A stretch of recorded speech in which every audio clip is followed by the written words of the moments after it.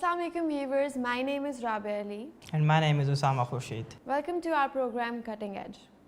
Today me and my co-host Mr. Osama Khurshid Khan are here to talk about very important conflict of Jerusalem, which is in the limelight these days. We know that the 45th President of the United States, Mr. Donald J. Trump, delivered on a major campaign promise on 6 December 2017. It was a promise that preceding presidents have routinely made, but none were able to follow up words with actions. We know that as per Mr. Trump's decision, the United States would move its embassy in Israel to Jerusalem, effectively recognizing it as the capital of the country. Unsurprisingly, this unpopular decision was met with violence, protest, vandalism, and a massive wave of arrests across Palestine. Here I would like to ask you, Mr. Osama, amidst this new looming crisis, a layman might wonder, what's the exactly Jerusalem is so important? The status of Jerusalem is significant because of the three Abrahamic religions: Christianity, Islam, and Judaism. For Judaism, it is roughly 3,000 years, to Christianity for around 2,000 years, and to Islam for approximately 1,400 years. The 2000 Statistical Yearbook of Jerusalem lists 1,204 synagogues, 158 churches, and 73 mosques within the holy city. Let me tell you an interesting thing, that the first siege of Jerusalem happened when there was a clash between the Romans and the Jews. The Roman emperor, the Titus and Vespasian, squandered the Jews and left them homeless. Another turning point in the history for the Jews, that was the victory of the Cyrus the Great against the Babylonian Empire. When the Persians overthrew the Babylonian Empire, the Cyrus the Conqueror issued a proclamation releasing the Jews from their 70-year period of captivity. Jews again gathered themselves in the city of Jerusalem. Well, Osama, that was very interesting. Viewers, let me tell you a very interesting thing here, that a pamphlet titled Der Judenstaat, which means a Jewish state, appeared in the year 1896, which was published in Vienna, articulating the establishment of a Jewish state. Osama, if I'm not wrong, it was through this document that a new debate raged on about who the city's true custodians were. Almost 2 decades later, the Balfour Declaration came forth as a public declaration by the British Foreign Secretary at that time, Arthur Balfour. The declaration was addressed to Lord Rothschild, which had inscribed within it the idea of a Jewish state. Let me ask you, Mr. Osama, that what were the reasons behind this declaration? What do you think? Why was it drafted? Thank you, Rabia. Let me tell you that the British was a great colonial power, and the control over Palestine was a strategic imperial interest to keep Egypt and the Suez Canal within the Britain's sphere of influence. And another major stake was to safeguard the Jews as they were being persecuted in Europe. So Great Britain was sympathetic to their sufferings. But for me, this whole concept, this whole declaration actually shredded the concept of nationhood, and it is a slap on the face of the secularism, because they welcome all the Jews of the world in this hypothetical state named as the Israel. Viewers, here I would add on that the tensions and the bad blood between the Arabs and the Israelis barely need an introduction. However, it does deserve a closer study.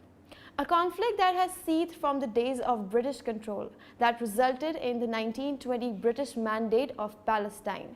In 1947, these tensions finally took a turn from the worst when a full-scale civil war was erupted.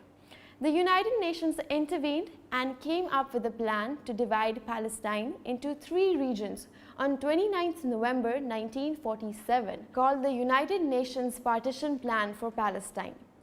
The division would result in 3 distinct territories: an Arab state, an Israeli state, and a special international regime overseeing the affairs of Jerusalem. The Balfour Declaration, in hindsight, was root cause leading to the first Arab-Israeli War in 1948. 2 more wars followed in 1956 and 1967, also motivated in part from the Balfour Declaration. Viewers, let me ask Mr. Osama about the international mediation of this conflict.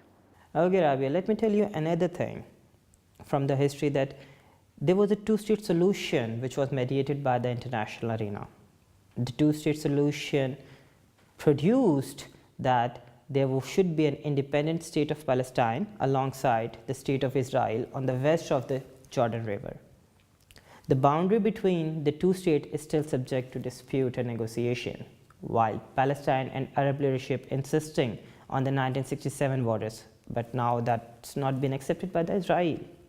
In the contemporary era, back in 2013 and 14, the Israel-Palestine peace talks were being started by the United States Secretary of State John Kerry.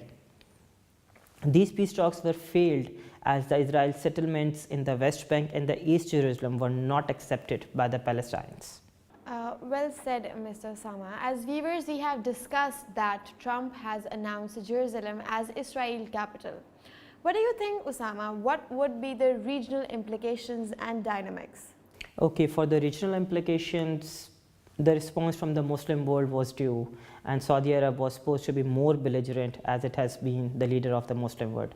But apparently, as you know, that's not the story. My perspective on this issue is that the geopolitics favored this decision more than at any time in the history. It is nearly impossible that Saudi Arabia would play an important role in the reversal of the US decision. Turkey may lead a block for such reversal, but Saudi Arabia is very unlikely and nearly impossible. Saudi Arabia is not supporting this cause because it is already in the Cold War with the Iran, which is far more important than Palestine for them. The warm embrace between Saudi Arabia and Israel is increasingly becoming mainstream, and it is not longer lurks in the backdoor allies of diplomacy.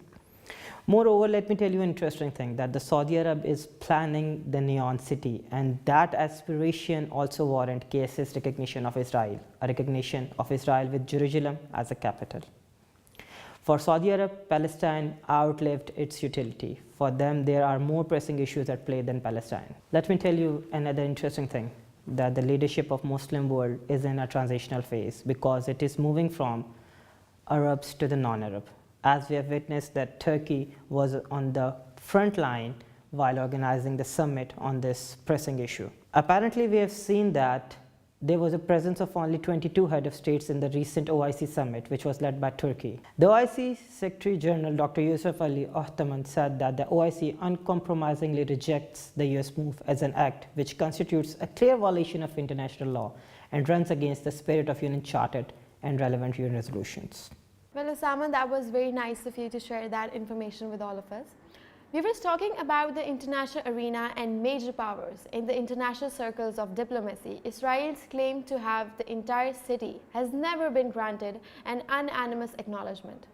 China and Russia, the two emerging powers of the world, remain crucial factors in this regard.